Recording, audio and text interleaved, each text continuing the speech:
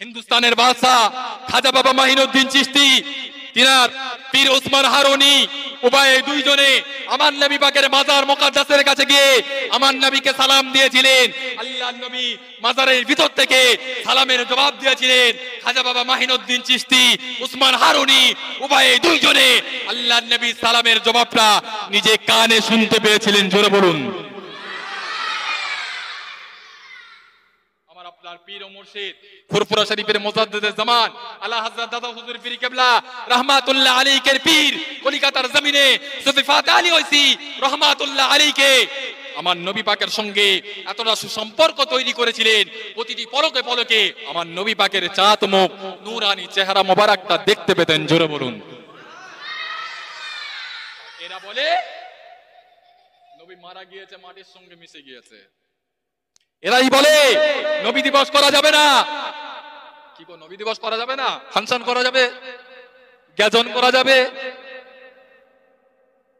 মনে রাখবেন, এরা 72-এর এক, এদের থেকে সাবধান। এরা মোল্লা নামে সেজে ঘুরে সব ঠিকঠাক বলবে, এমন জায়গায় এমন সময় আমার নবী পাকের বিরুদ্ধে এমন একটা কথা মার্কেটে ছেড়ে দেবে, বেঈমান হয়ে যাবে। নবী দিবস করা যাবে না, ফাংশন করা যাবে।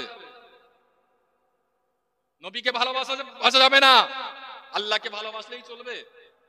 এক শ্রেণীর মাল বেরিয়েছে, তারা বলে হজ করতে গেলে কাবা শরীফ তওয়াফ করে চলে আসলে হয়ে যাবে।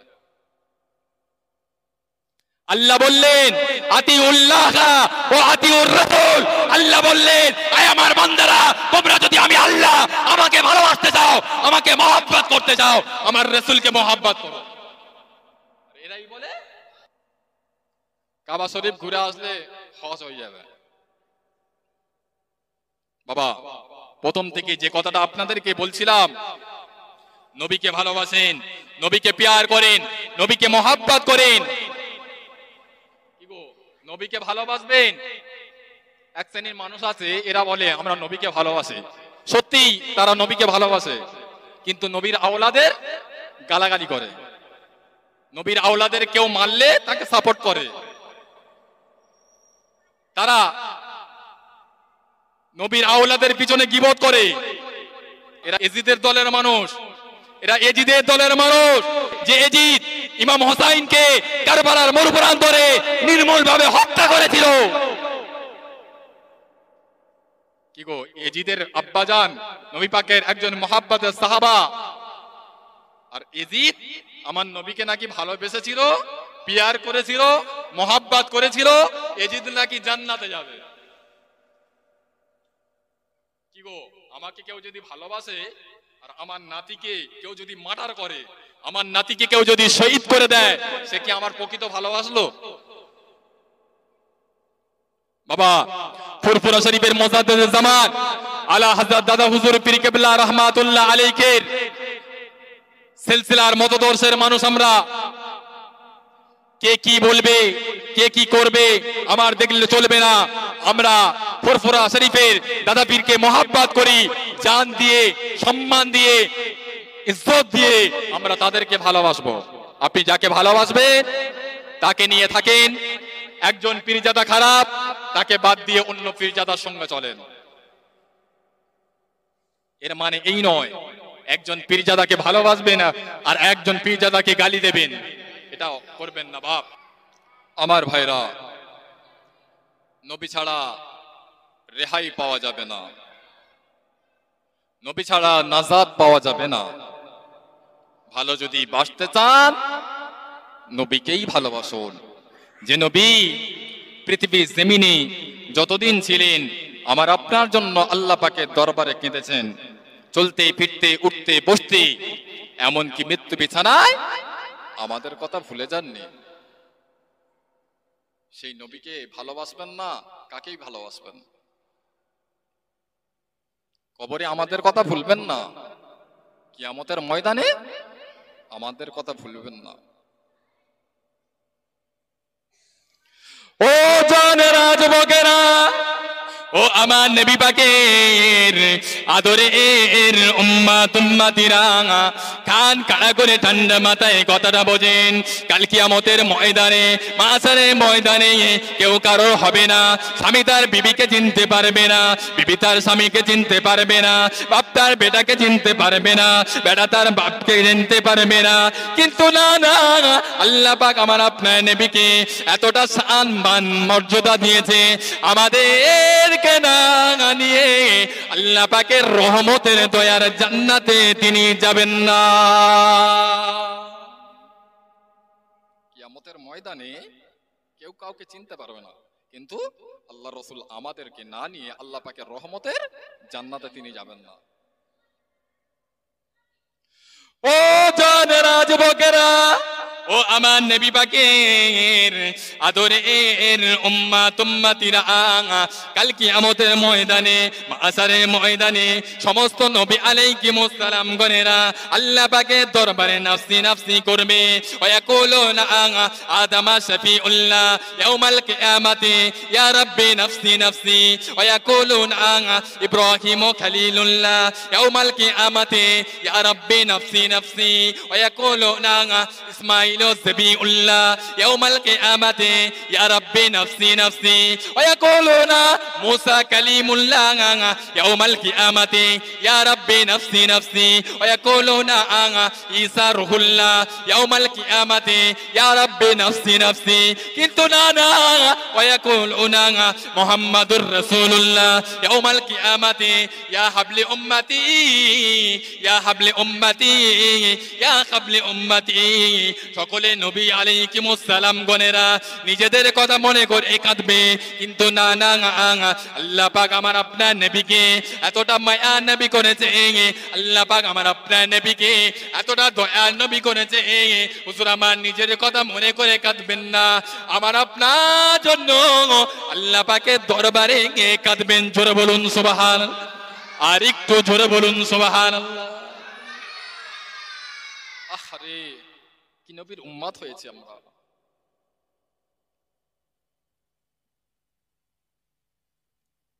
ও জানেরা যুবকেরা, ও আমার নবী পাকের আদরে এর উম্মাত উম্মাতিরা কান খাড়া করে ঠান্ডা মাথায় কথাটা বোঝেন।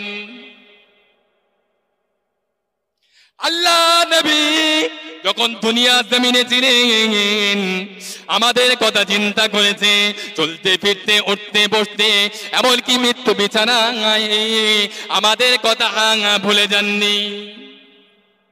আল্লাহ রসুলের 13 দিন বিছানা শয্যাশায়ী, আল্লাহ রসুল উঠতে পারেন না, আল্লাহ রসুল বসতে পারেন না। আমার নবী পাকের খিদমতে আমাদের সকলের আম্মা জান হযরতে আয়েশা সিদ্দিকা রাদিয়াল্লাহু তাআলা আনহা ছিলেন, হযরত ফাতেমা রাদিয়াল্লাহু তাআলা আনহা ছিলেন।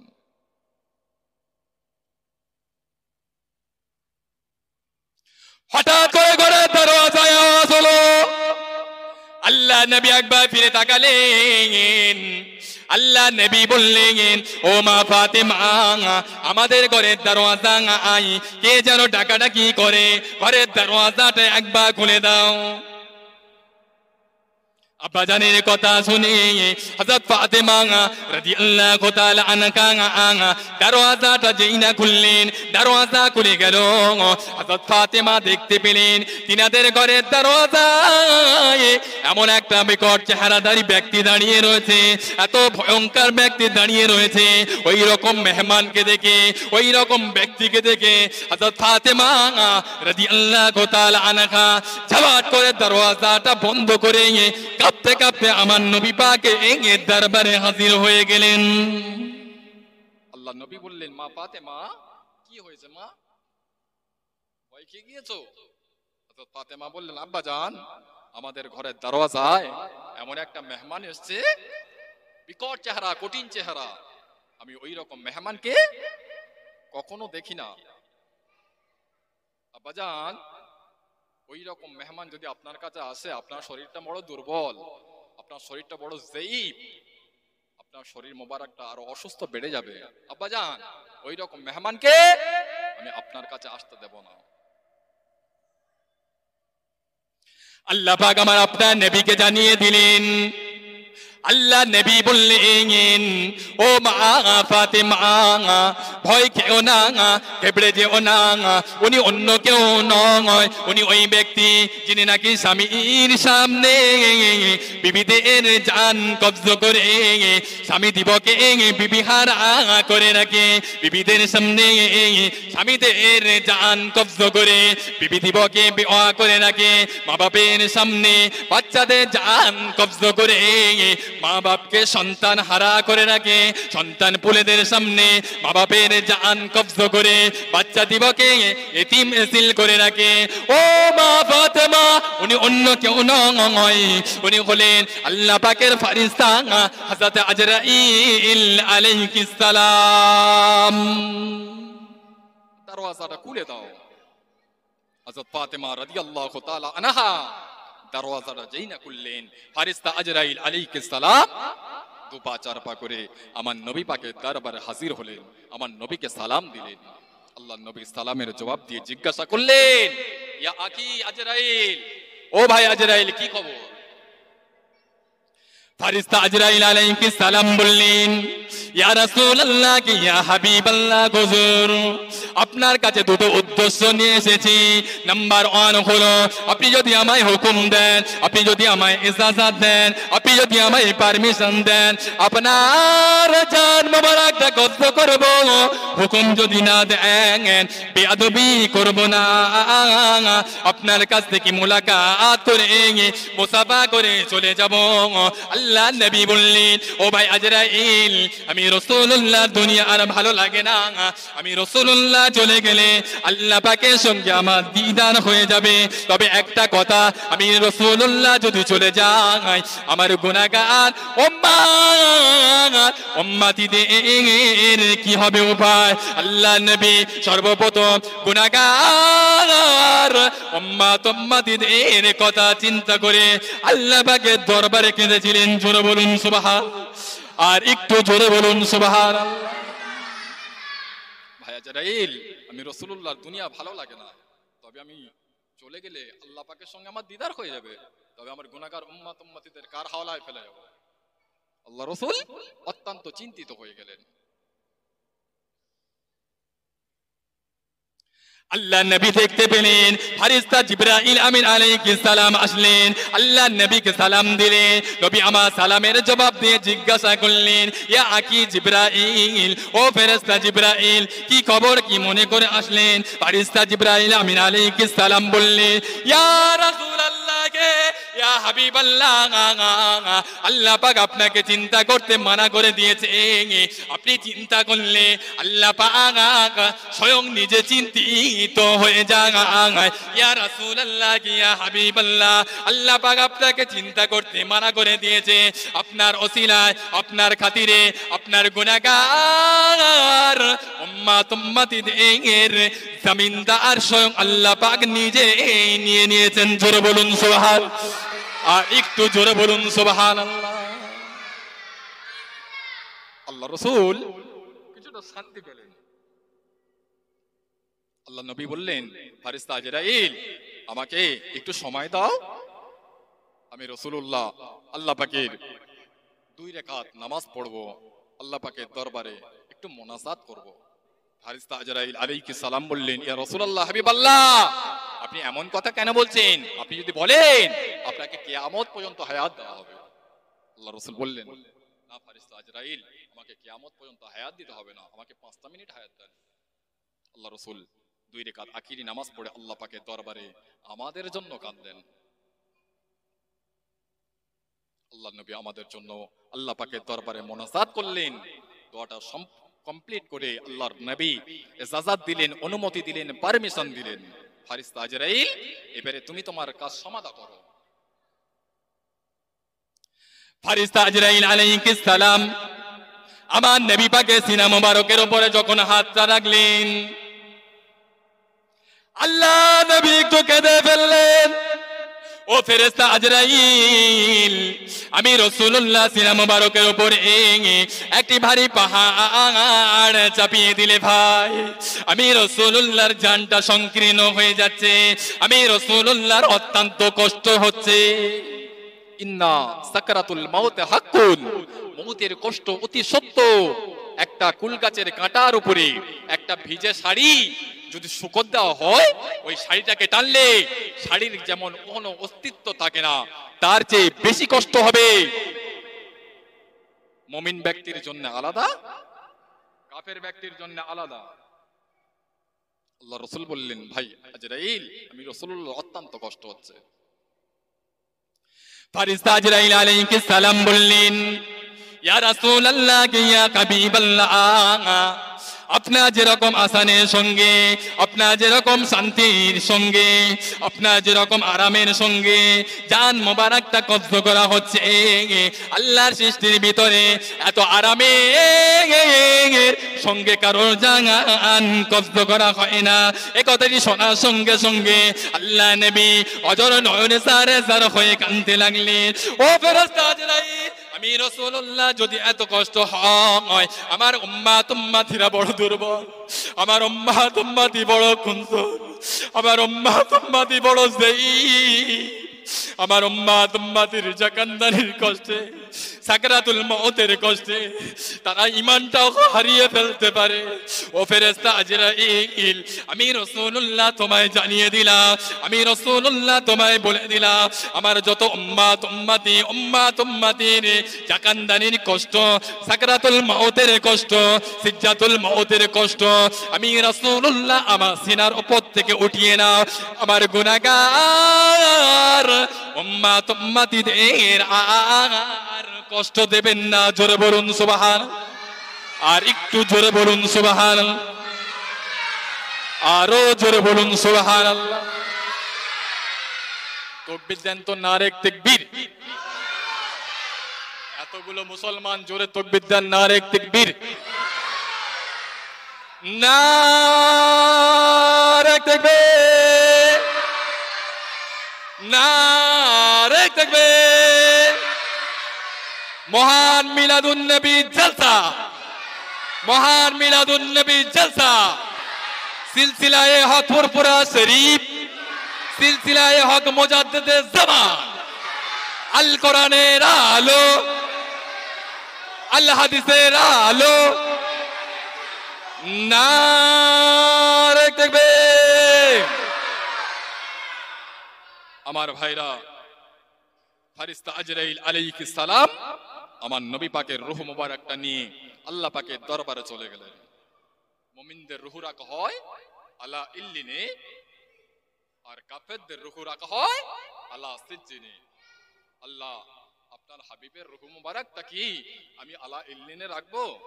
আল্লাহ বললেন, ফারিস্তা আজরাইল, আমার হাবিবের ওসিলায় আমি আল্লাহ আলা ইল্লিন সৃষ্টি করেছি, ওই হাবিবের রূহ মুবারকটা আলা ইল্লিনে রাখা যাবে না। ফারিস্তা আজরাইল আলাইহিস সালাম বললেন, আল্লাহ, তাহলে আপনার হাবিবের রূহ মুবারকটা জান্নাতের ভিতরে রাখি। আল্লাহ বললেন, ফারিস্তা, আমার হাবিবের ওসিলায় আমি আল্লাহ জান্নাত সৃষ্টি করেছি, ওই হাবিবের রূহ মুবারকটা জান্নাতের ভিতরে রাখা যাবে না। ফারিস্তা আজরাইল আলাইহিস সালাম অত্যন্ত চঞ্চল হয়ে গেলেন। ও রব্বুল আলামিন, আল্লাহ, আপনার হাবিবের রূহ মুবারকটা রাখবো কোথায়? আরশে আজিমে রাখবো। আল্লাহ বললেন, ও ফেরেশতা আজরাইল, তুমি কি জানো না যে নবীর কদমের জুতার ধুলার বরকতে আমি আল্লাহ আরশে আজিমের মর্যাদা বাড়িয়ে দিয়েছি, ওই হাবিবের রূহ মুবারকটা আরশে আজিমে রাখা যাবে না। ফারিস্তা আজরাইল আলাইহিস সালাম অত্যন্ত চঞ্চল হয়ে গেলেন, অত্যন্ত পেরেশান হয়ে গেলেন। আল্লাহ, আপনার হাবিবের রূহ মুবারকটা রাখবো কোথায়? ফারিস্তা আজরাইল আলাইহিস সালাম অত্যন্ত চঞ্চল হয়ে গেলেন, বিচলিত হয়ে গেলেন, পেরেশান হালাতে হয়ে গেলেন। আল্লাহ বললেন, ও আমার ফেরেশতা জিবরাইল, অত চঞ্চল হয়ো না, অত পেরেশান হয়ো না। আমার হাবিবের রূহ মুবারকটা রাখার মতন জায়গা পৃথিবীর জমিনে আসমানের উপরে কোনো জায়গায় নেই। তুমি একটা কাজ করো, আমার হাবিবের রূহ মুবারকটা যেখান থেকে নিয়ে এসেছিলে ওই জায়গাটা আবার ফিরিয়ে দিয়ে এসো। কিতাব থেকে বলছি। ফারিস্তা আজরাইল আলাইহিস সালাম কম বেশি 6.5 ঘন্টা পরে আমার হাবিবের রূহ মুবারকটা আমার হাবিবকে ফিরিয়ে দিয়েছিলেন। জোরে বলুন না সুবহানাল্লাহ। আর একটু জোরে বলবেন না? আর একটু মহব্বতের সঙ্গে হবে না? বর্তমান সমাজের কিছু মোল্লা নামে, মৌলবী নামে খ্যাত, এরা মুসলমানের বাচ্চা নয়, এরা হলো কোন কাওরার বাচ্চা কিংবা খ্রিস্টানের বাচ্চা। তারা বলে নবী মারা গিয়েছে, মাটির সঙ্গে মিশে গিয়েছে। মরা গরু ঘাস খায়। এই হারামখোর, তোর চোখ আছে, তুই কেমন করে দেখবি? যে চোখে সারা সারা রাত শুয়ে নোংরা নোংরা ফিল্ম দেখবি, সেই চোখে কি আল্লাহর নবীকে দেখতে পাবি? দেখার জন্য চোখ থাকা দরকার। এখন চলে যা মদিনার মসজিদে নববী শরীফে, আমার নবী পাকের অনেক আশিক উম্মাত উম্মাতিরা আছে, আমার নবীকে গিয়ে সালাম দিয়েছে। প্রকাশ্য আমার নবী পাকের মাজারের ভিতর থেকে সালামের জবাব এসেছে, হাজারো প্রমাণ আছে। হিন্দুস্তানের বাদশাহ খাজা বাবা মাহিনুদ্দিন চিশতি, তিনার পীর ওসমান হারুনি, উভয়ে দুইজনে আমার নবী পাকের মাজার মুকাদ্দাসের কাছে গিয়ে আমার নবীকে সালাম দিয়েছিলেন। আল্লাহর নবী মাজারের ভিতর থেকে সালামের জবাব দিয়েছিলেন। খাজা বাবা মাহিনুদ্দিন চিশতি, ওসমান হারুনি, উভয়ে দুইজনে আল্লাহর নবী সালামের জবাবটা নিজে কানে শুনতে পেয়েছিলেন। জোরে বলুন। আপনার পীর ও মুর্শিদ ফুরফুরা শরীফের মুজাদ্দিদে জামান আলা হযরত দাদা হুজুর পীর কিবলা রাহমাতুল্লাহ আলাইহির পীর কলিকাতার জমিনে সুফিফাত আলী ওইসি রাহমাতুল্লাহ আলাইহি আমার নবী পাকের সঙ্গে এতটা সুসম্পর্ক তৈরি করেছিলেন। প্রতিটি পলকে পলকে আমার নবী পাকের চাঁদ মুখ নূরানি চেহারা মোবারকটা দেখতে পেতেন। জোরে বলুন। এরা বলে নবী মারা গিয়েছে, মাটির সঙ্গে মিশে গিয়েছে। এরাই বলে নবী দিবস করা যাবে না। কি গো, নবী দিবস করা যাবে না? ফাংশন করা যাবে, জ্ঞাজন করা যাবে? মনে রাখবেন, এরা 72-এর এক, এদের থেকে সাবধান।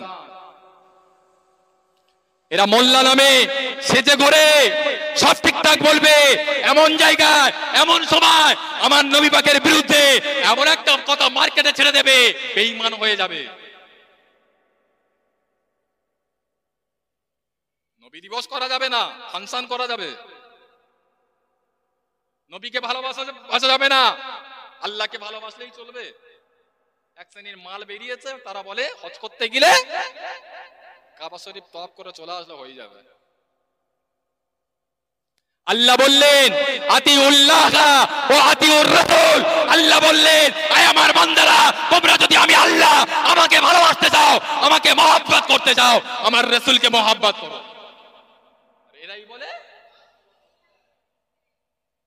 এরাই বলে কাবা শরীফ ঘুরে আসলে হজ হয়ে যাবে। বাবা, প্রথম থেকে যে কথাটা আপনাদেরকে বলছিলাম, নবীকে ভালোবাসেন, নবীকে প্যার করেন, নবীকে মহব্বত করেন। কি গো, নবীকে ভালোবাসবেন? এক শ্রেণীর মানুষ আছে, এরা বলে আমরা নবীকে ভালোবাসি। সত্যি তারা নবীকে ভালোবাসে, কিন্তু নবীর আওলাদের গালাগালি করে। নবীর আওলাদের কেউ মারলে তাকে সাপোর্ট করে। তারা নবীর আওলাদের পিছনে গীবত করে। এরা এজিদের মাল, এজিদের দলের মানুষ। এরা এজিদের দলের মানুষ। যে এজিদ ইমাম হোসাইনকে কারবালার মরুপ্রান্তরে নির্মূলভাবে হত্যা করেছিল। কি গো, এজিদের আব্বাজান নবী পাকের একজন মুহাব্বতের সাহাবা। আর এজিদ আমার নবীকে নাকি ভালোবেসেছিল, পিয়ার করেছিল, মহাব্বত করেছিল। এজিদ নাকি জান্নাতে যাবে। কি গো, আমাকে কেউ যদি ভালোবাসে আর আমার নাতিকে কেউ যদি মার্ডার করে, আমার নাতিকে কেউ যদি শহীদ করে দেয়, সে কি আমার প্রকৃত ভালোবাসলো? বাবা, ফুরফুরা শরীফের মুজাদ্দিদে জামান আলা হযরত দাদা হুজুর পীর কিবলা রাহমাতুল্লাহ আলাইহির সিলসিলার মতদর্শের মানুষ আমরা। কে কি বলবে, কে কি করবে আমার দেখলে চলবে না। আমরা ফুরফুরা শরীফের দাদা পীরকে মহব্বত করি, জান দিয়ে, সম্মান দিয়ে, ইজ্জত দিয়ে আমরা তাদেরকে ভালোবাসবো। আপনি যাকে ভালোবাসবেন তাকে নিয়ে থাকেন, একজন পীরজাদা খারাপ তাকে বাদ দিয়ে অন্য পীরজাদার সঙ্গে চলেন। এর মানে এই নয় একজন পীরজাদাকে ভালোবাসবেন আর একজন পীরজাদাকে গালি দেবেন, এটা করবেন না বাপ।